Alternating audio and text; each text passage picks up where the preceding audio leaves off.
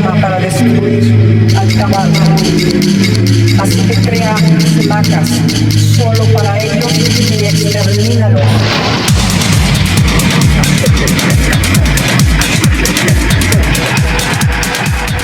The authorities. You remember Roswell, it's a weather balloon, and the experiences of like Navy pilots, like over America or coming out of the ocean off the west coast of America. Floating homes, and then maybe cities, and then maybe, countries. Who knows the end of it? Wow. And I was flabbergasted, like, whoa. On a very different perspective. It powered the moon landings. And he was reported by the lady herself, a list of things that were going to happen, and that all of them would be fake. And one of them, the whole scheme of this manipulation of its responsibility, and unless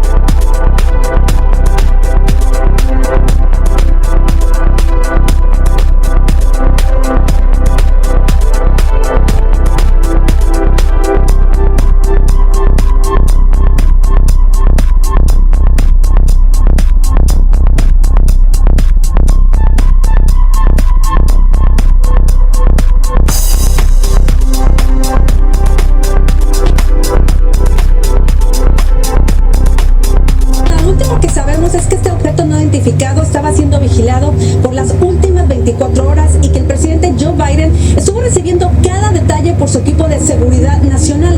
Sin embargo, fue el primer ministro canadiense Justin Trudeau quien dio la orden de que fuera derribado, y esto se hizo con un avión de guerra F-22 luego de que ambos mandatarios fueran asesorados militarmente y tomaran esa decisión. El Pentágono también confirmó que Trudeau y Biden estuvieron en conversaciones ante este objeto que ahora se busca recaudar pues los escombros. Al igual esto ocurre mientras en Alaska equipos están buscando las últimas piezas del objeto que fue derribado el día de ayer. ¿Quién está ahí?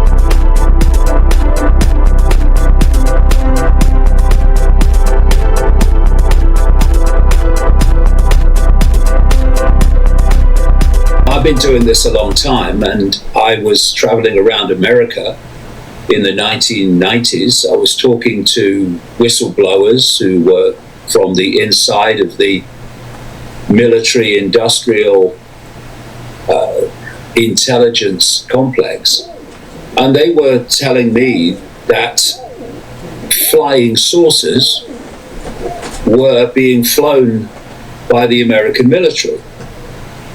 Because it's a simple thing. If you can keep from the public the cutting edge of technology that you have, then when you start flying what you really have around, people look and go, well, humans haven't got this, so it's an alien operation of some kind.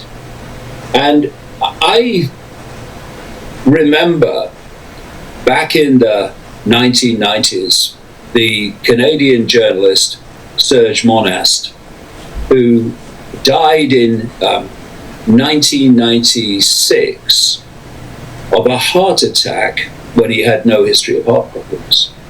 The day after he'd spent the night in jail as part of a constant attack and intimidation of him by the authorities, after he began to reveal something called Project Bluebeam.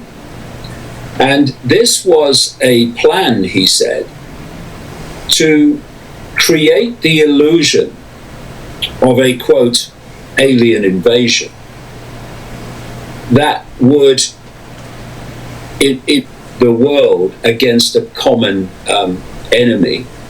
Another aspect of possibility is that this alien invasion comes in as the savior of humanity after catastrophe unfolds. But the point is that the technology that he said would be used to scam this apparent alien invasion is very much with us now. And it was founded, he said, on holographic projections in the sky. And what Monast was talking about was, first of all, apparent ships in the sky, but also the projection of religious figures in the sky over areas of the world where that religious figure is most revered. So it would be Jesus in the Christian world, Mohammed in the Islamic world, and so on. And I remember, Gaz, back in the 1990s, when I was in America, subject, that there was complete dismissal from the authorities. You remember Roswell, it's a weather balloon, and oh no, there's no evidence, oh UFOs, oh yeah, just crazy conspiracy theorists, you know, UFO nuts. And yet, you've seen in recent years how subtly that has changed. Now the Pentagon are publishing reports from the experiences of, like, Navy pilots who are reporting seeing craft that, from their perspective anyway, couldn't possibly do what they are witnessing them doing. Like moving at incredible speeds, like over America, or coming out of the ocean off the west coast of America. I've heard that many times during the 1990s that people have seen that. And that they were changing direction at these fantastic speeds and then basically disappearing, which means leaving our reality that we can perceive, called visible light.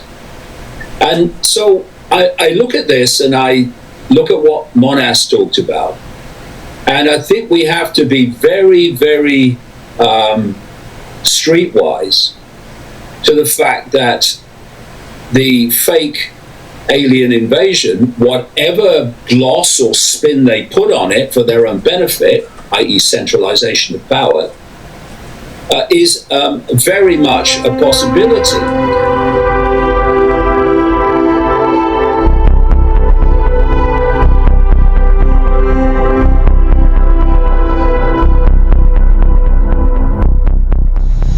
Don't worry, we're going to get this thing going here. And he said, well, they're closing in. They know he's in California now. And we were on some of our experiments on some of the crafts, and we operated different principles. And some of them would create a corona around the outside of it.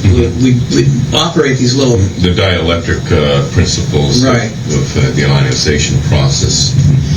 And so, even though it was daylight, sometimes you'd see these things, and the people in the valley were that was the era of flying saucers and stuff. So they thought, oh my God, this place has got flying saucers around here and stuff. Well, that and the fact that the powers that were trying to reduce Carr's activities was following him, trying to find him. And so he said, well, we're just going to have to keep working on it. Precise way. Carr said, we can levitate these machines now. There's no, we're get off the earth. We're killing a lot of animals. We're destroying the plant life. He says, within a year we'll have these things going, and we can start with the automobile. That's obsolete. We can get these things going, and then homes, and which is my interest. I've always wanted, why not? Like the Jetsons, for instance, floating homes, and then maybe cities, and then maybe, countries. Who knows the end of it? But this guy got real aggressive and said, you put him up there, Carr, and we'll shoot him down. That was his words. You put him up and we'll shoot him down. Wow. And I was flabbergasted, like, well, why? What? Mm-hmm. He says, well, you're advocating an energy field that there's no money involved. We can't, We have no means of controlling it. Because you're pulling energy out of the air, which is all around us, and using that to transport or teleport or whatever. And I remember too, there was a guy called Wernher von Braun. He was a German. He was serving the Nazi party of Adolf Hitler. My name is Carol Rosen. In 1974, after being a 6th grade school teacher, I was introduced to the late Dr. Wernher von Braun in the U.S., the father of rocketry. In my first meeting with him, during that first 3.5 hours, he said to me, Carol, you will stop the weaponization of space. And I said, teachers don't stop until June. He said, no, you have to understand, this is February, and we have to prevent the weaponization of space because there is a lie being told to everyone that the weaponization of space is now first being based upon the evil empire, the Russians. There are many enemies, he said, against whom we're going to build this space-based weapon system. The first of whom was the Russians, which was existing at that time. Then there would be terrorists. Then there would be third world countries. Now we call them rogue nations or nations of concern. Then there would be asteroids. And then he would repeat to me over and over, and the last card, the last card, the last card would be the extraterrestrial threat. He was behind the V2 rockets that were fired on London. And then through something called Project Paperclip, he and a lot of other Nazi scientists, geneticists, mind control experts, including Joseph Mengele, the angel of death from the concentration camps, were spirited to America after the war to continue their work, only this time for the Americans. Although when you get to the level of what I call the global cult, country borders and country governments take on a very different perspective. It's actually one cult. And so Wernher von Braun was the major figure behind the Saturn V rockets that are said to have powered the moon landings. And he was reported by the lady herself, his longtime assistant, after he died, that Werner von Braun had given her a list of things that were going to happen, and that all of them would be fake. And one of them in the list was there would be a fake alien invasion. And then he would repeat to me over and over, and the last card, the last card, the last card would be the extraterrestrial threat. Set up to manipulate the population into a mass response and behavior that that would suit the ambitions and goals of the cult. So I'm looking at this more and more seriously now, as we're seeing these reports, because it's a very strong possibility that they're going to play this. And Monas, as I recall, was talking about something like 2024 when this Project Bluebeam was planned to be played out. I do think that in the overall scheme of this manipulation of the alien invasion, that we do need to keep very aware that this has been long in the planning and could well be played. He said, no, it's simple. Your brain is there to operate your body. You're in a vessel here. It's an illusionary vessel that people don't realize, because we're creating it in microseconds. From one second to the other, these shutters are opening and shutting and creating all this reality you see around you. It doesn't really exist. It's all spirit. It's all energy. But we're creating this. Esto no es la realidad. ¿Qué es real? ¿Podrías definir real? Your brain has a capacity limit. It goes to a certain point of its responsibility, and unless it's in touch with the mind, unless it consents to be in touch with the mind, which the higher mind, really. Well, yeah, that's the mind of all of us, because we're all one. And unless it gets in touch with that, it doesn't know what's going on. Has vivido en un mundo de sueños, Neo. Este es el mundo, tal cual es hoy.